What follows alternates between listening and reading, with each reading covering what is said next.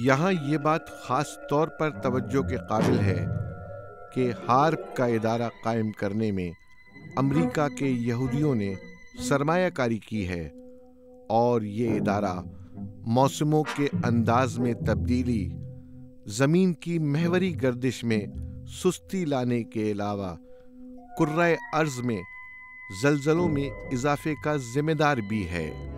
हकीकत ये है कि 1987 से 1992 तक के दौरान इस इदारे से बाद में मुंसलिक होने वाले साइंसदानों ने एक ऐसा हथियार पेटेंट कराया जो ज़मीन के आयोनी कुर्रा या मकनातीसी कुर्रा के किसी हिस्से को तब्दील कर सकता है।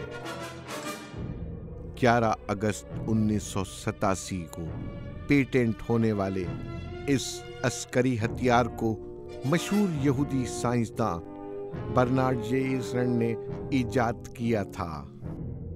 सन 1994 में अमरीकी महकमा दिफा के सबसे बड़े कॉन्ट्रैक्टर ई सिस्टम्स ने यह हथियार खरीदा और दुनिया में सबसे बड़ा आयोनी हीटर तामीर करने का ठेका लिया। ये हथियार माहौलियाती दबाव पैदा करके कुर्रे अर्ज़ की फितरी कुव्वतों में रद्दोबदल और ज़लज़लों की शिद्दत में इजाफा ला सकता है।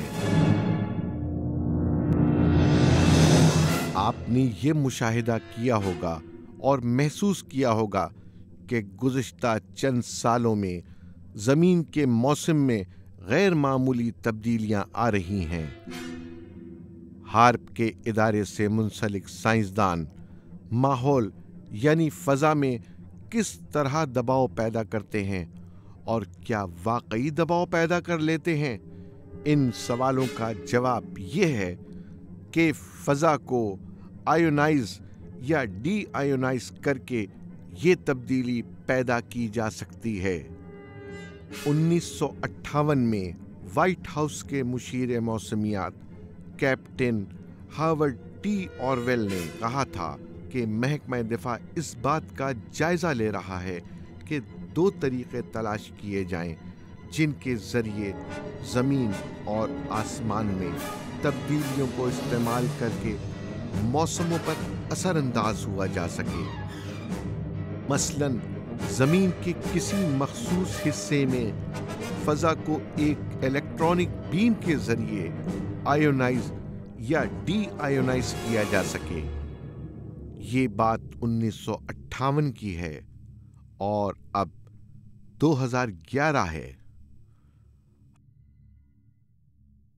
हार्प के साइंसदानों की ज़मीन के कुदरती निज़ाम से छेड़छाड़ और उसे अपने कब्ज़े में लेने की कोशिश बहुत आगे जा चुकी है और शायद वो वक्त दूर नहीं जब वो कोई ऐसी हरकत करेंगे कि हमारी ज़मीन की कुदरती गर्दिश किसी बिग बैंग के नतीजे में शदीद मुतासिर हो।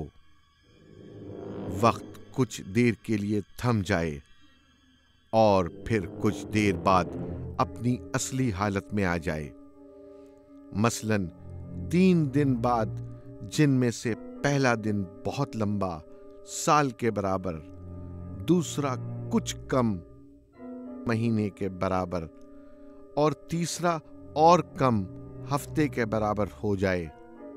मगर ये सब कुछ कैसे होगा?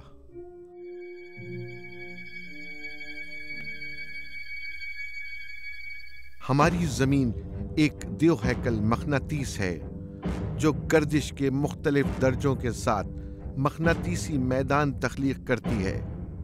ज़मीन जिस कदर तेज़ी से गर्दिश करती है उसी कदर ताकतवर और कसीफ मकनातीसी मैदान बनता है। एक और क़ुव्वत भी है जो ज़मीन की गर्दिश से बराह रास्त ताल्लुक़ रखती है और वो है ज़मीन की कुमक का तवातुर। ये तवातुर बुनियादी कुमक का तवातुर या शुमम कैविटी रेजोनेंस कहलाता है। दूसरे लफ्ज़ों में इसे ज़मीन की नब्ज़ भी कह सकते हैं।